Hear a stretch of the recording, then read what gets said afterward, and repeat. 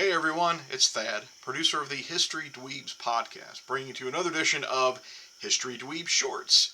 Today's is a very topical episode. We're going to discuss what happened today, on this date.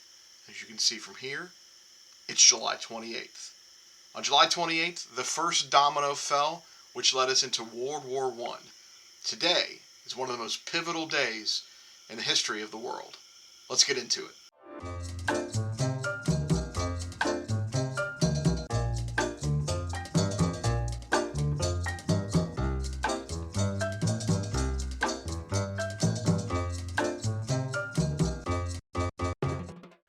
Archduke Franz Ferdinand of Austria, the nephew of Austro-Hungarian Emperor Franz Joseph I of Austria, was assassinated alongside his wife Sophie, the Duchess of Hindenburg, on today, July 28th, back in 1914, by Slavic nationalist Gavrilo Princip, who was involved with a group called the Black Hand.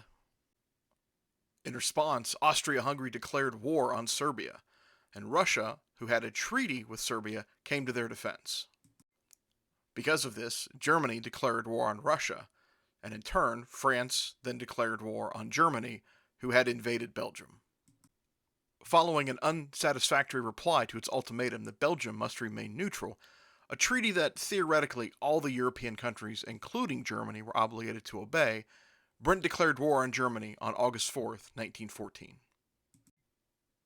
So with almost all of Europe fighting, what was the United States doing? Well, President Woodrow Wilson decided that we weren't going to get involved, and most of America agreed with him. They liked the non-interventionist approach. And that was the policy of the United States up until 1915, when a German U-boat sank British ocean liner Lusitania, killing 2,000 people. Of those 2,000 people, a little over 120 were Americans, and after that, the opinion of the American people on neutrality shifted towards entering the war. Coupled with the sinking of the Lusitania was a discovery of the Zimmermann telegram, which talked about an alliance between Germany and Mexico to invade the United States. So the combination of sinking our friend's ship, killing 126 Americans, and Germany and Mexico deciding to throw down, America decided, fuck it, we're getting involved. So in April of 1917, the United States declared war on Germany, entering the war on the side of the Triple Entente, with Great Britain, Russia, and France. Now, Germany and its allies knew that they had to act big and act fast before the Americans came, because they were a fresh force. They weren't worn out after years and years of fighting. Germany and its allies launched a number of offenses against Great Britain and their allies, trying to drive them back. On August 8, 1918, French and British soldiers began the 100 Days Offensive to push Germany and their allies back. Germany and its allies failed miserably, and they decided that Kaiser Wilhelm needed to step down, and that started the end of the war.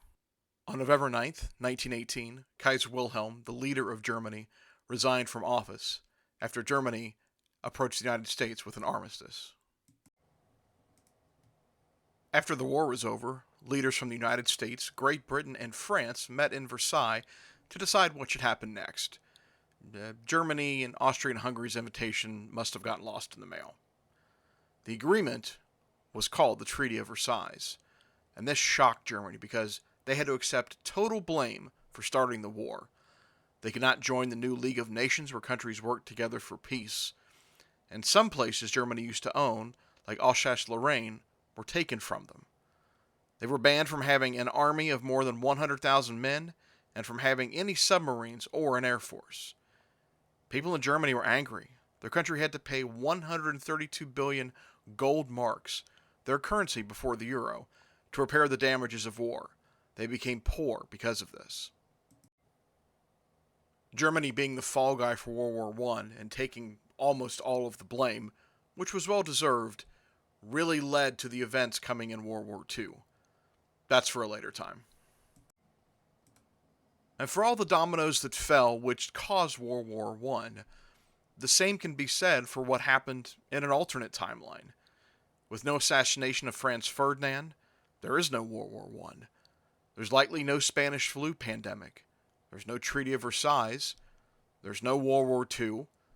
There's probably not a Holocaust. No atomic weapons were used. There's likely no Israel. No occupied Palestine. No Islamic terrorism. No Cold War. And no arms race. And likely, no Billy Joel song, "We Didn't Start the Fire."